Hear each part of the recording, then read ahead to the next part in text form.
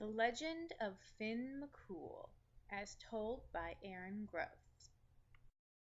This is the story of how the Giant's Causeway, a huge rock formation on the coast of Northern Ireland, came into being. It is an old Irish legend told many times over. I first heard it when my sister and I were watching an episode of Rick Steves' Europe on PBS and thought it was really cool. The Legend of Finn MacCool. About 5,000 years ago, give or take a century or two, Western Europe wasn't just the land of tea, crumpets, shamrocks, and kilts we know today. In fact, it wasn't even just the land of humans. Giants roamed and ruled.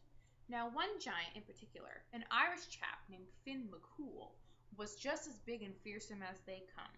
This guy would throw boulders around like he was skipping stones, could uproot entire forests, and ate about a ton of food a day. He stood 60 feet tall and was definitely no small fry. He ruled over the ancient Irish kingdom of Ulster, which was at the northern coast of Ireland, just right before you got into the water, which giants hate to do, by the way. Now, he wasn't the only big man on campus, though. Just across that water, on the Scottish Isle of Staffa, lived the Red Man, Ben and Donner, and these two had a humongous feud. They were quarreling for years. They would fling mountaintops and insults at each other across the water from noon until night, from dawn until the next dawn, all the time. It was really, really, really annoying.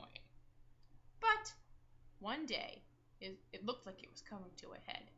Ben and Daughter called across the water, "Oi, Finn McCoy! You look so tough and big over there. Ha! More like puny. Why don't you come over here and face me like a man, if you can?" And now Finn McCoy, being the giant that he was, could not ignore this kind of a taunt. So he started ripping off cliffs and throwing them into the water, building himself a causeway bridge over to Staffa. He built and built and built until a beautiful bridge was. It was actually quite beautiful. But anyway, as he was walking across it and started getting closer and closer to Ben and Donner, he realized this guy's pretty giant. In fact, he looked much bigger here on the Scottish side of things than he ever had from the Irish side. And he was starting to second guess himself. Maybe, if he ever heard you saying this, he would call you a dirty stinking liar and probably pound you right into the ground. But he was a little scared.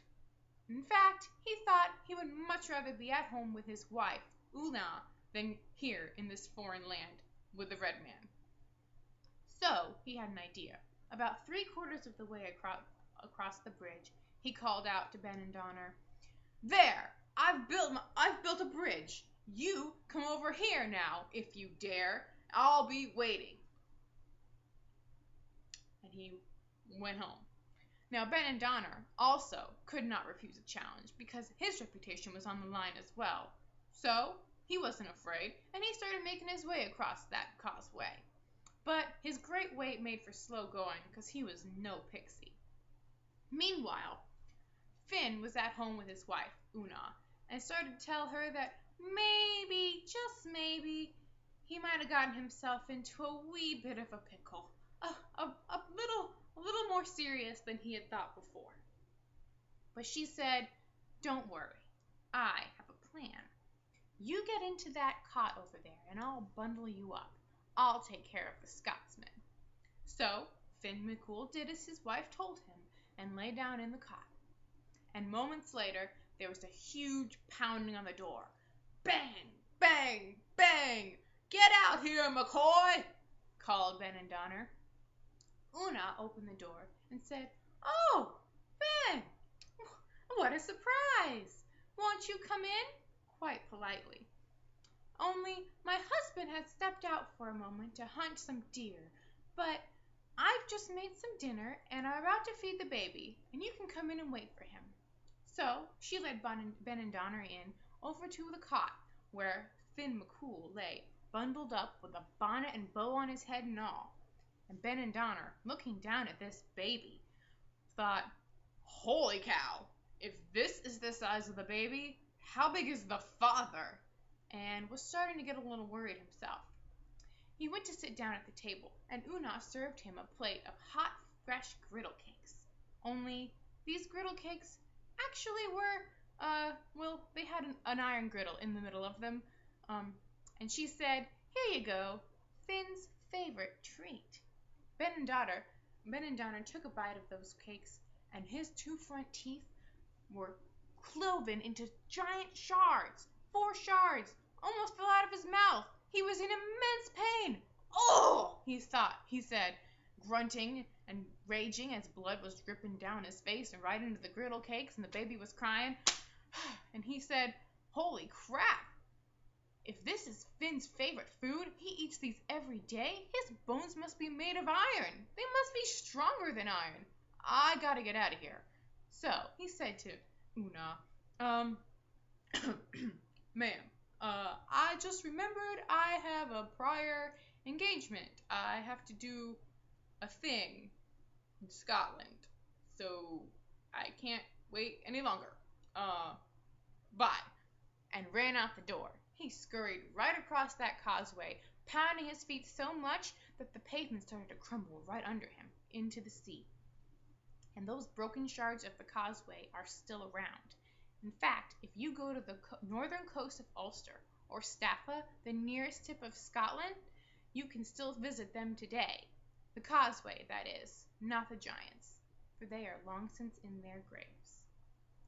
Thank you.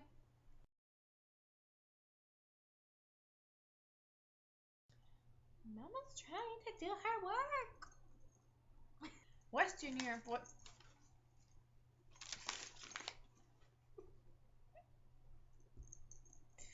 Western Europe wasn't just the land of tea, crumpets, kilts, and shamrocks like it is today. In fact, it wasn't even just the land of humans. Giants roamed and ruled.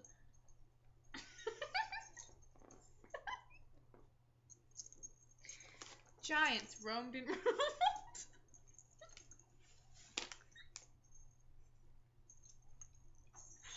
I'm trying to do my work. Scarlet, I don't want to.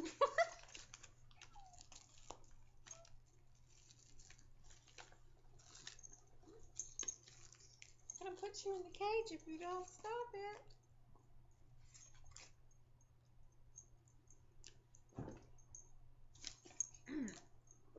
As I was saying,